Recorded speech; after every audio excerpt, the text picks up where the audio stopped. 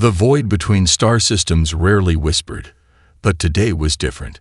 Quantum-dampened sensors trembled with an anomalous signature that shouldn't exist, couldn't exist, according to every known galactic cartographic record.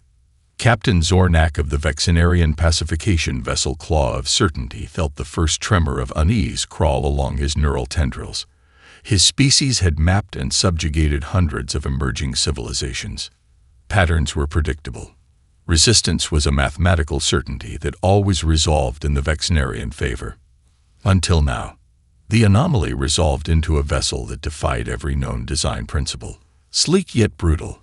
Elegant yet clearly constructed with an underlying threat of violence. Its hull seemed to shimmer, not from traditional energy shielding, but from something more unsettling. Something that suggested the ship itself was thinking. Preliminary scans. Zornak's voice carried the weight of centuries of imperial conquest. Lieutenant Kriax, responsible for initial contact protocols, hesitated. Her trembling tentacle fingers danced across holographic interfaces that seemed to resist her touch. Captain, the vessel. It's not matching any known design parameters. Hull composition is impossible. Energy signatures are fluctuating. Impossible. The word hung in the communication chamber like a forbidden prayer. Aboard the U.S. Prometheus, Captain Elena Rodriguez allowed herself the smallest of smiles. The neural link augmentations embedded in her cerebral cortex processed incoming alien communication streams faster than any biological system could comprehend. Where the Vexenarian saw an unknown vessel, she saw an opportunity. Her command team represented humanity's most dynamic potential. Lieutenant Commander David Chin, quantum systems specialist, monitored holographic displays that danced with impossible mathematical equations. Science Officer Dr. Amara Okonkwo's genetic modifications allowed her to process multiple communication streams simultaneously, her augmented brain treating alien languages like complex puzzles waiting to be solved. The Vexenarian communication request arrived, a standard template used across hundreds of conquered civilizations, a formulaic demand of surrender, cultural submission, and immediate integration into the galactic concordance. Elena's laugh surprised even her bridge crew. It wasn't a nervous laugh, not a dismissive chuckle. This was a genuine expression of amusement that carried multiple layers of meaning. The sound itself became a form of communication, a complex audio signal that momentarily overloaded the alien communication systems. Her response was a masterpiece of technological diplomacy, a data burst that simultaneously translated their communication protocols, highlighted systemic vulnerabilities in their transmission security, embedded a multi-dimensional mathematical puzzle that would challenge their most advanced cryptographers for weeks. The puzzle wasn't just a technical demonstration. It was a message. Humanity was not what they expected. Lieutenant Kriax's translation algorithms stuttered. The human communication was simultaneously a greeting, a challenge, and a work of art. Traditional subjugation protocols began to fragment under the weight of data that refused to conform to expected patterns. Zornak watched in growing confusion as his standardized invasion templates began to dissolve. The human vessel didn't just resist classification, it seemed to be rewriting the very rules of first contact. "They're communicating with us," Kriax whispered, her translator struggling to capture the nuance. "But not in any way we understand." The Prometheus's external lights pulsed in a pattern that was simultaneously a mathematical sequence, a potential communication method, and a visual representation of prime number generation. It was a greeting that was also a complex intellectual challenge. Captain Rodriguez turned to her bridge crew, her augmented eyes reflecting holographic data streams. "Let them understand," she said softly, "that we are not another civilization to be conquered. We are a fundamental disruption to their entire understanding of potential." Outside, in the infinite darkness between star systems, two vessels faced each other. One represented centuries of systematic galactic control. The other was something entirely new, a harbinger of a radical, unpredictable future. First contact was never going to be the same again. The Galactic Research Nexus on Trilux Prime had hosted thousands of scientific delegations. Pristine laboratories of crystalline architecture and zero-gravity workstations had witnessed centuries of technological exchanges. But nothing, absolutely nothing, had prepared them for Dr. Marcus Chen. His laboratory was a controlled explosion of impossible potential. Holographic displays twisted and merged like living things, displaying quantum algorithms that danced alongside biological adaptation models.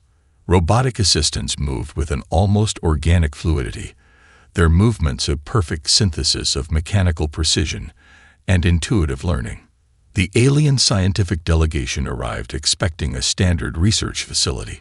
Instead, they found an ecosystem of innovation.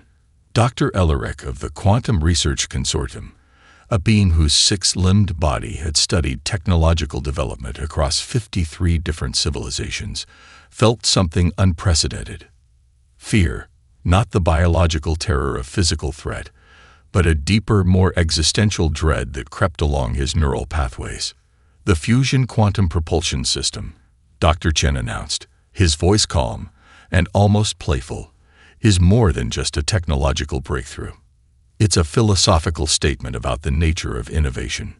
The system itself was a marvel that defied conventional understanding. Where traditional propulsion relied on linear energy conversion, Chen's design drew power directly from quantum fluctuations, capturing the fundamental energy of existence itself. Each component told a story of radical reimagining. Adaptive metamaterials that could restructure their molecular composition in microseconds. Self-repairing circuits that learned from each point of potential failure. Energy systems that didn't just convert power, but engaged in a constant dialogue with the fundamental laws of physics. Dr. Ellerich's translation implant struggled to capture the nuance of Chen's explanation. It wasn't a lecture. It wasn't even a presentation. It was a performance, an intellectual ballet that challenged everything the consortium understood about technological development. "You're not just designing a propulsion system," Ellerich interrupted, his multiple eyes focusing with intense concentration. "You're rewriting the fundamental approach to technological innovation." Chen's smile was both confirmation and challenge. Precisely. The human concept was radical. Most galactic civilizations approach technology as a fixed system, incremental improvements within established parameters. Humans treated technology as a living organism, something that could be nurtured, challenged, fundamentally reimagined. Lieutenant Commander Sarah Rodriguez, Marcus's colleague and quantum systems expert, demonstrated another layer of human innovation. Her augmented neural interface allowed her to interact with the propulsion system as if it were an extension of her own consciousness. Thoughts became calculations. Imagination transformed into tangible technological potential.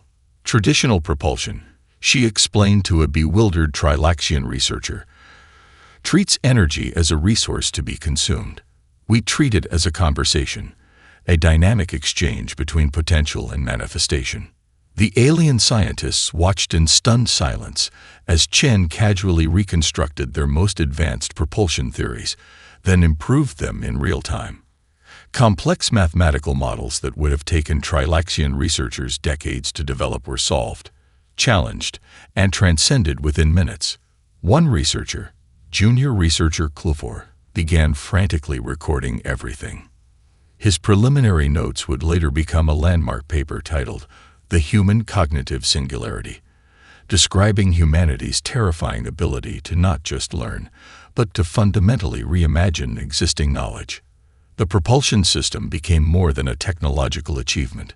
It was a statement of potential, a glimpse into a way of thinking that threatened to unravel centuries of established scientific understanding. Dr. Ellerich realized something profound. This wasn't just a technological demonstration. This was a fundamental challenge to how civilizations conceptualized progress, innovation, and the very nature of technological development. "How do you do this?" he finally asked, his voice a mixture of wonder and genuine confusion.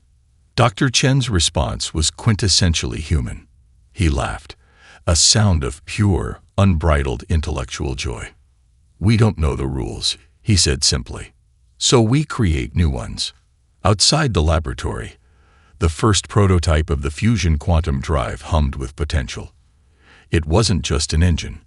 It was a beacon, a signal to the galaxy that humanity had arrived, and nothing would ever be the same again. The diplomatic conference on Zenith was supposed to be a standard galactic procedure. 17 species gathered in a massive crystalline chamber that had witnessed centuries of carefully choreographed political theater. Holographic translation fields shimmered, creating a veneer of understanding that masked deep-seated tensions. Ambassador Sofia Rodriguez arrived precisely 3 minutes and 17 seconds late, not by accident, but as a calculated disruption.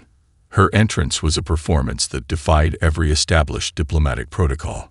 Where other ambassadors wore standardized formal attire that reflected their species' rigid hierarchical structures, Sofia wore something that was simultaneously a tailored diplomatic suit and a living art piece. Embedded nanofabrics shifted colors and patterns in response to the emotional currents of the room, a visual representation of human emotional intelligence that left the other delegates momentarily speechless. The Krellnex delegation, known for their aggressive posturing and centuries of diplomatic manipulation, had prepared their standard intimidation tactics. Their lead representative, High Mediator's Archon, began with the ritualistic opening statements, a complex verbal dance designed to establish dominance through linguistic complexity. Sophia's response was unprecedented. She stood, walked to the center of the chamber, and began an improvisational performance that was simultaneously a diplomatic negotiation, a cultural demonstration, and a form of live art. "Conflict," she began, her voice modulated to resonate with multiple communication spectrums, "is not a problem to be solved. It's a conversation to be explored." Then she did something no diplomatic delegation had ever done. She invited the Krellnex representatives to participate in an improvisational theater exercise. The chamber fell silent. The translation systems stuttered, unable to process what was happening. High Mediator Zarkon's neural interfaces began to overheat. This wasn't just a rejection of their diplomatic protocols. It was a complete deconstruction of them. Sofia was transforming the entire concept of interspecies negotiation into a collaborative performance. 2 Krellnex delegates found themselves unexpectedly participating in a spontaneous scene that required them to negotiate a fictional resource conflict using only physical movement and emotional expression. Their rigid exoskeletons, usually a symbol of their species' unyielding nature, became tools of unexpected communication. A Voth elder diplomat, who had served in over 200 interspecies negotiations, leaned forward. His sensory tendrils quivered with a mixture of confusion and profound fascination. Humans didn't just communicate. They performed elaborate social algorithms that turned diplomacy into a living, breathing art form. The nanofabric of Sophia's suit continued to shift, now displaying complex mathematical patterns that represented the emotional resonance of the ongoing interaction. It was a visual representation of communication that transcended verbal language, showing how humans processed information as a dynamic, interconnected system. What the other species failed to understand was that this wasn't just a negotiation. It was a masterclass in cultural exchange.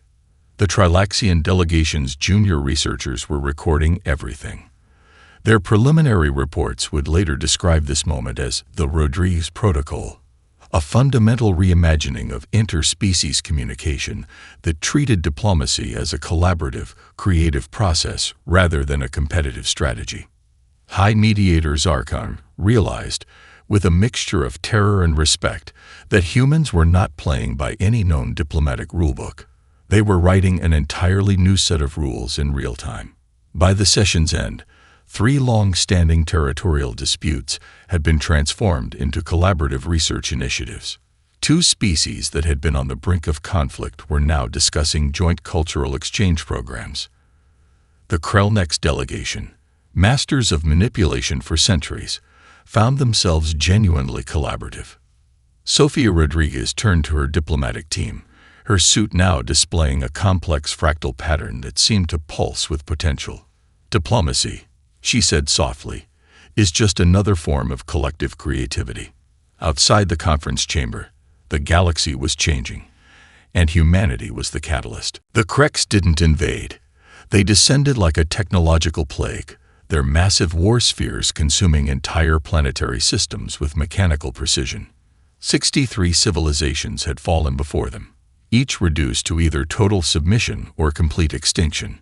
New Santiago Colony stood as humanity's frontline defense. Colonel Jack Martinez watched the initial approach on tactical displays that transformed the entire planetary infrastructure into a living, breathing defense network. The first wave of Kreks assault craft approached with the cold certainty of mathematical inevitability.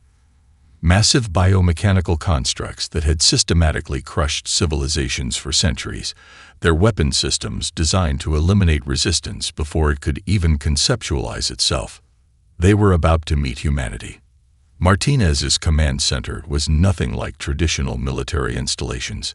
The entire facility was a quantum-linked neural network, with every civilian, every piece of infrastructure potentially becoming a combat resource. Factories would become weapon foundries in minutes. Agricultural networks could transform into communication jammers. Every citizen was a potential combatant. Incoming primary assault wave. Lieutenant Anna Reyes called out, her augmented voice cutting through the controlled chaos of the command center. Preliminary scans show standard Kreks pacification protocol. Estimated time to planetary neutralization, 47 minutes. Colonel Martinez allowed himself the smallest of smiles. The Kreks had a fatal weakness they didn't understand. They treated war as a mathematical problem, a series of calculations to be resolved through superior firepower and technological dominance. Humans saw war as a dynamic living system, something to be adapted, transformed, reimagined in real time. As the first Kreks assault craft breached the outer atmospheric defense perimeter, New Santiago began to change. Agricultural drone networks that had been quietly monitoring crop cycles now redirected their sensor arrays. Precision farming equipment transformed into sophisticated targeting systems. The colony's massive hydroponic complexes, designed to feed millions, became electromagnetic pulse generators that could disable entire squadrons of invasion craft. Tactical reconfiguration at 68% completion. Rise reported, her neural interface dancing with impossible streams of data. The Kreks commanders watched in growing confusion. Their invasion algorithms couldn't process what was happening. Where were the standard defensive formations? Why were civilian infrastructure systems presenting combat capabilities? Martinez spoke softly into his command interface. Show them what adaptation really means. The colony itself became a weapon. Solar collection arrays morphed into directed energy platforms. Communication towers transformed into electronic warfare centers. Even the planetary geological monitoring systems became part of the defense network, using seismic technologies to create localized gravitational anomalies that disrupted Kreks assault formations. 63 previous civilizations had followed standard defensive protocols. They had been systematically eliminated. Humanity did something entirely different. The first Kreks assault wave lost 73% of its strike force to tactics that defied every known model of planetary defense. Not through superior firepower, but through a fundamental reimagining of what defense could mean. They're treating the entire planet as a single adaptive combat system. A Kreks tactical analyst reported, neural circuits struggling to process the impossible data streams. Colonel Martinez watched the tactical display, each successful defense feeling less like a military victory and more like a complex mathematical proof. Humanity wasn't just defending. They were demonstrating a fundamental truth about survival, adaptation, and potential. As the last of the first assault wave disintegrated above New Santiago's transformed landscape, Martinez turned to Lieutenant Reyes. "Prepare communication burst for Kreks command," he said. "Let them understand something important." The message was simple. Not a threat. Not a declaration of war. Just a statement of fundamental potential. We are not your previous conquests. Outside, the remains of the Crex assault craft burned in New Santiago's atmosphere, a testament to a species that refused to be defined by anyone's expectations. The edge of the contested Sigma Quadrant existed as a canvas of impossible potential. Quantum sensors trembled with anticipation, space itself seeming to hold its breath as the first human dreadnoughts prepared to materialize. These were not merely warships. They were living monuments to human defiance, technological symphonies that challenged every fundamental concept of spacefaring engineering. The ENS Indomitable materialized like a phantom, 1.2 kilometers of adaptive nanocomposite hull that could literally reshape itself during combat. Its quantum AI, nicknamed ARI, Advanced Responsive Intelligence Algorithm, wasn't just a computer system. It was a collaborative intelligence that worked in perfect symbiosis with its human crew. Admiral Aisha Nakamura stood on the bridge, her neural interfaces crackling with potential. Her launch command was a piece of poetry that would be remembered across the galaxy. Let them remember this moment. Let them understand what happens when you challenge a species that turns adversity into art. ARI's quantum processors analyzed the surrounding space with impossible complexity. Where traditional ship AIs process tactical information linearly, ARI treated combat as a multi-dimensional, continuously evolving performance. Each potential trajectory, each possible weapon interaction became a note in a complex strategic symphony. The ship's hull was a marvel that defied conventional understanding. Nano-composite layers could reconfigure themselves microseconds before potential impact, transforming from defensive shielding to weapon deployment platforms. Entire sections could reshape, redirect energy, or create localized quantum interference fields that would scramble enemy targeting systems. Lieutenant Commander Marcus Rodriguez, the lead systems integrator, watched the initial system checks with a mixture of scientific fascination and pure, unbridled joy. The Indomitable wasn't just a weapon. It was the physical manifestation of humanity's most radical potential. ARI, he called out, "Run Quantum Resonance Simulation Alpha 7. The AI's response was instantaneous. Holographic displays erupted across the bridge, showing potential combat scenarios that twisted and merged like living things. Each simulation was not just a prediction, but a collaborative exploration of potential. The Crex monitoring stations detected the Dreadnoughts' arrival with growing terror. Their long-range sensors struggled to categorize what they were seeing. This wasn't just a new type of warship. It was a fundamental challenge to their entire understanding of spacefaring technology. Dr. Elena Rodriguez, no relation to Marcus, but sharing the same innovative spirit, had been instrumental in the Dreadnoughts' design. Her breakthrough in quantum adaptive neural interfaces allowed the ship's systems to learn and evolve in real time, treating combat as a continuous learning experience. The first weapon test was almost anticlimactic. A Crex scout vessel approached, following standard reconnaissance protocols. The Indomitable didn't just defend or attack. It performed. Weapon systems that could reconfigure themselves mid-engagement. Defensive capabilities that anticipated threats before they could be fully formed.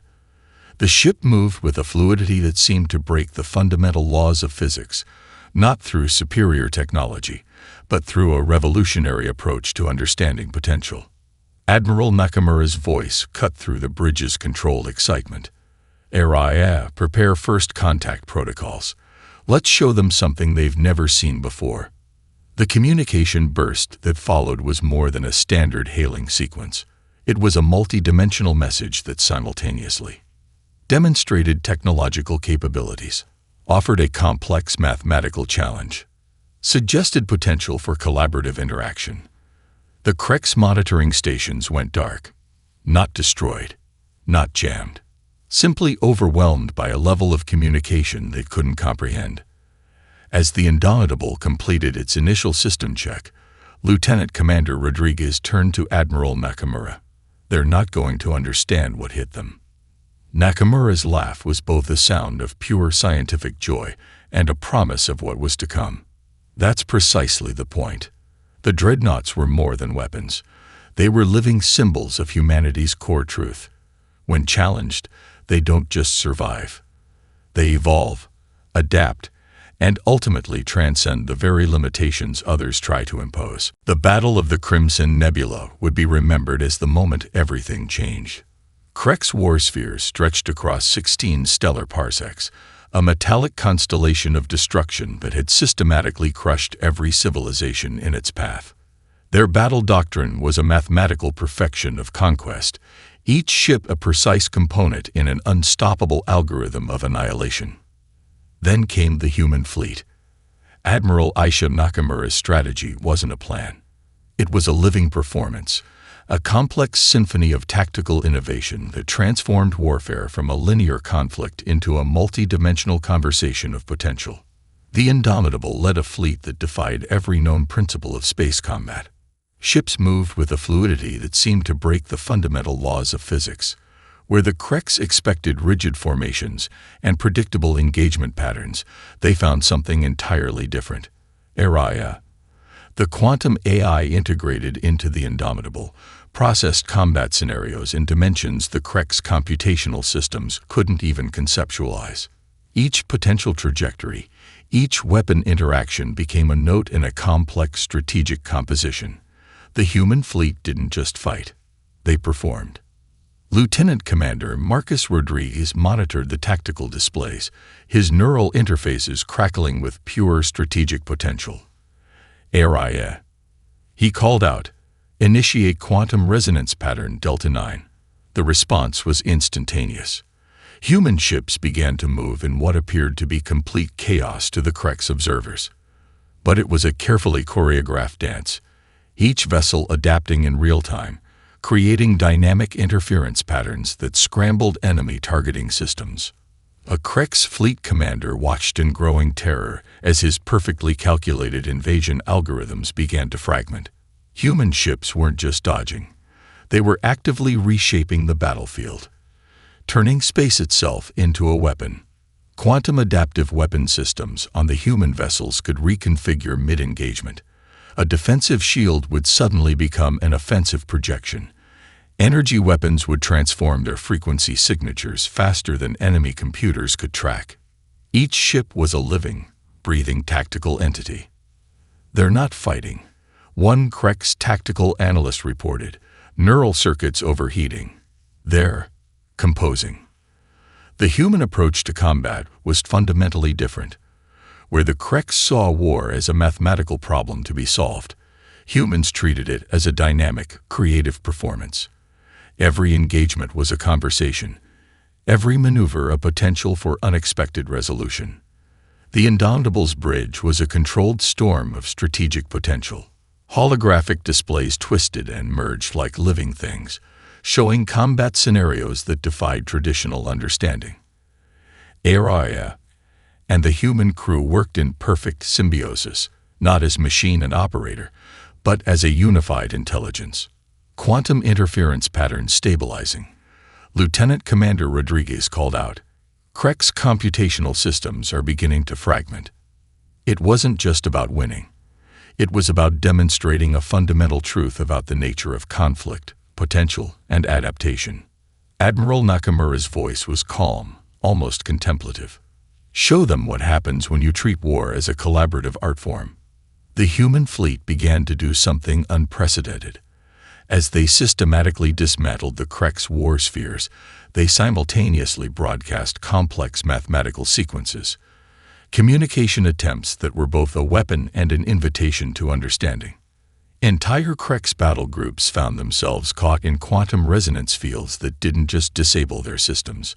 They fundamentally reconfigured their computational matrices. Ships that moments before had been instruments of destruction now became potential points of communication. By the battle's end, the Crimson Nebula was transformed. Not just a battlefield, but a canvas that told a story of unexpected potential. The Krek's command structure began to fragment. For the first time in their conquest history, they encountered an enemy that didn't just resist, but seemed to be enjoying the challenge of combat itself. As the last Krek's war sphere disintegrated, Lieutenant Commander Rodriguez turned to Admiral Nakamura with a smile that was part scientific wonder, part pure human audacity. "They're not going to understand what just happened," he said. Nakamura's laugh was a sound of pure, unbridled potential. "That's precisely the point." The emergency session of the Galactic Concordance convened in absolute silence. Representatives from 17 different species sat frozen, their collective consciousness struggling to process the impossible reports streaming in from multiple star systems. Dr. Elena Rodriguez stepped into the chamber, and the very atmosphere seemed to change. She was not what they expected. No traditional diplomatic regalia, no standardized communication protocols. Instead, she wore a living data suit that shifted with complex holographic projections, each movement a potential communication, each color change a nuanced emotional context that transcended verbal language. The Trilaxian diplomatic arbiter, a being who had mediated conflicts for 7 centuries, felt something unprecedented. Fear, not of physical threat, but of a fundamental challenge to everything they understood about interspecies interaction. "We are not here to negotiate," Elena began, her voice modulated to resonate across multiple communication spectrums. "We are here to reimagine potential." The reports were impossible. The Kreks, a species that had systematically conquered 63 civilizations, had not been destroyed. They had been fundamentally transformed. Human intervention hadn't just defeated a military force. It had initiated a civilization-wide paradigm shift. Diplomatic channels that had previously dismissed humanity now sought to understand them. The holographic displays began to shift. Not a standard presentation, but a living, breathing demonstration of human potential. Technological innovations merged with cultural exchange models. Military encounters transformed into collaborative research initiatives. Where previous species had approached the concordance with rigid territorial demands, humans presented something entirely different. A framework of potential that treated conflict as a collaborative opportunity for growth. Ambassador Girac of the Voth Collaborative, the oldest member of the concordance, leaned forward. His sensory tendrils quivered with a mixture of terror and profound fascination. "You're not proposing an alliance," he said softly. "You're suggesting a fundamental reimagining of galactic potential." Elena's smile was both confirmation and challenge. The data suit began to display a complex series of mathematical sequences that were simultaneously a diplomatic proposal, a technological demonstration, and a work of living art. Each projection told a story of human potential, of collaborative innovation, of a future that defied existing understanding. The Kreks representatives, who had been transformed rather than conquered, demonstrated the core of this new potential. Where they had once been a purely militaristic civilization, they now presented collaborative research proposals, cultural exchange programs, technological innovation frameworks that treated diversity as a fundamental strength. "We are witnessing something unprecedented," the Trilaxian arbiter reported, neural interfaces struggling to process the information. "Humanity is not expanding through conquest. They are expanding through potential." Dr. Rodriguez's presentation was a masterpiece of diplomatic innovation. She didn't just propose solutions. She demonstrated a fundamental approach to problem-solving that treated interspecies interaction as a dynamic, living system. Proposed joint research initiatives would tackle challenges that had paralyzed the concordance for centuries. Climate restoration projects, quantum communication networks, collaborative technological development that treated each species' unique capabilities as complementary rather than competitive. The Kreks transformation was the most profound example. A species built on conquest now proposed collaborative exploration programs. Their military infrastructure was being transformed into research centers. Their entire cultural approach was being reimagined. "This is not diplomacy," Ambassador Girac whispered. "This is a fundamental reconstruction of what cooperation can mean." As the session concluded, something fundamental had changed. The Galactic Concordance was no longer just a political body. It was becoming a living, adaptive system, with humanity as its catalyst. Dr. Elena Rodriguez's final statement was both a promise and a challenge. "We are not here to lead. We are here to demonstrate what's possible when potential is treated as a collaborative experience." The chamber fell silent. The galaxy would never be the same. The research station orbiting the quantum nexus point was more than a scientific facility. It was a living testament to what collaboration could truly mean. Where previous galactic research initiatives had been fragmented, competitive endeavors, this was something entirely different. Representatives from 17 different species worked not just side by side, but in true symbiosis.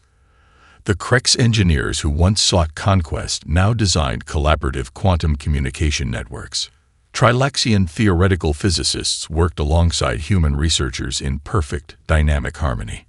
Dr. Marcus Chen watched the complex holographic displays with a mixture of scientific wonder and pure, unbridled joy. The quantum entanglement project they were completing wasn't just a technological breakthrough. It was a fundamental reimagining of communication, of potential, of what collective intelligence could achieve. Admiral Aisha Nakamura approached, her neural interfaces subtly tracking the complex data streams. Not bad for a species everyone thought would be just another conquest, she said, her voice a blend of humor and profound insight. The transformation hadn't been easy. The path from first contact to this moment had been fraught with misunderstandings, conflicts, and moments that could have erupted into total war. But humanity had done something unprecedented. They had turned every potential conflict into an opportunity for growth. The Dreadnoughts that had once been symbols of potential military might now serve as collaborative research platforms. The EN's Indomitable, now renamed the Unity, hosted joint research teams that worked across species lines, treating technological innovation as a collective art form. Araya, the quantum AI that had once been a weapons intelligence, now coordinated massive interspecies research initiatives. Its computational capabilities had been transformed from a tool of potential destruction into a bridge of understanding. The key was never superiority. Dr. Elena Rodriguez explained to a group of young researchers from multiple species. It was always about potential, about seeing diversity not as a threat, but as the most powerful resource in the universe. The quantum communication network they were completing would fundamentally change galactic interaction. Instantaneous communication across impossible distances, the ability to share knowledge, experience, and potential in ways that had never been imagined. The Crex representative, once a warrior and now a collaborative researcher, demonstrated a breakthrough in quantum entanglement communication. Where their species had once sought to conquer through force, they now sought to connect through understanding. We misunderstood connection, the Crex researcher explained. We thought it was about control. Humanity showed us it's about potential. On the research station's observation deck, a memorial stood, not to conquest, but to transformation. It displayed the first communication between humans and the Vexenarian patrol ship, the mathematical puzzle, the unexpected laugh, the moment everything changed. Ambassador Sofia Rodriguez, now a senior diplomatic advisor, looked out at the stars. The galaxy was different, not because humanity had conquered it, but because they had fundamentally reimagined what was possible. We're not finished, she said softly to Dr. Chen. We're just beginning. The quantum communication network came online. 17 species, connected in ways they had never imagined possible. Not through force, not through conquest, but through a shared understanding of potential. Area's quantum processors calculated the probability of continued collaborative success. The numbers were unprecedented, not a guarantee of peace, but a demonstration of what was possible when diverse intelligences worked together. The first transmission through the network was simple, not a political statement, not a declaration of anything grand, just a message that captured the essence of everything they had learned. Together, we are more than we could ever be alone. As the message spread across the quantum network, something fundamental shifted. The galaxy was no longer a place of competing species and potential conflicts. It had become a living, collaborative system. The dreadnoughts that had once been weapons of war now served as symbols of what humanity had always represented.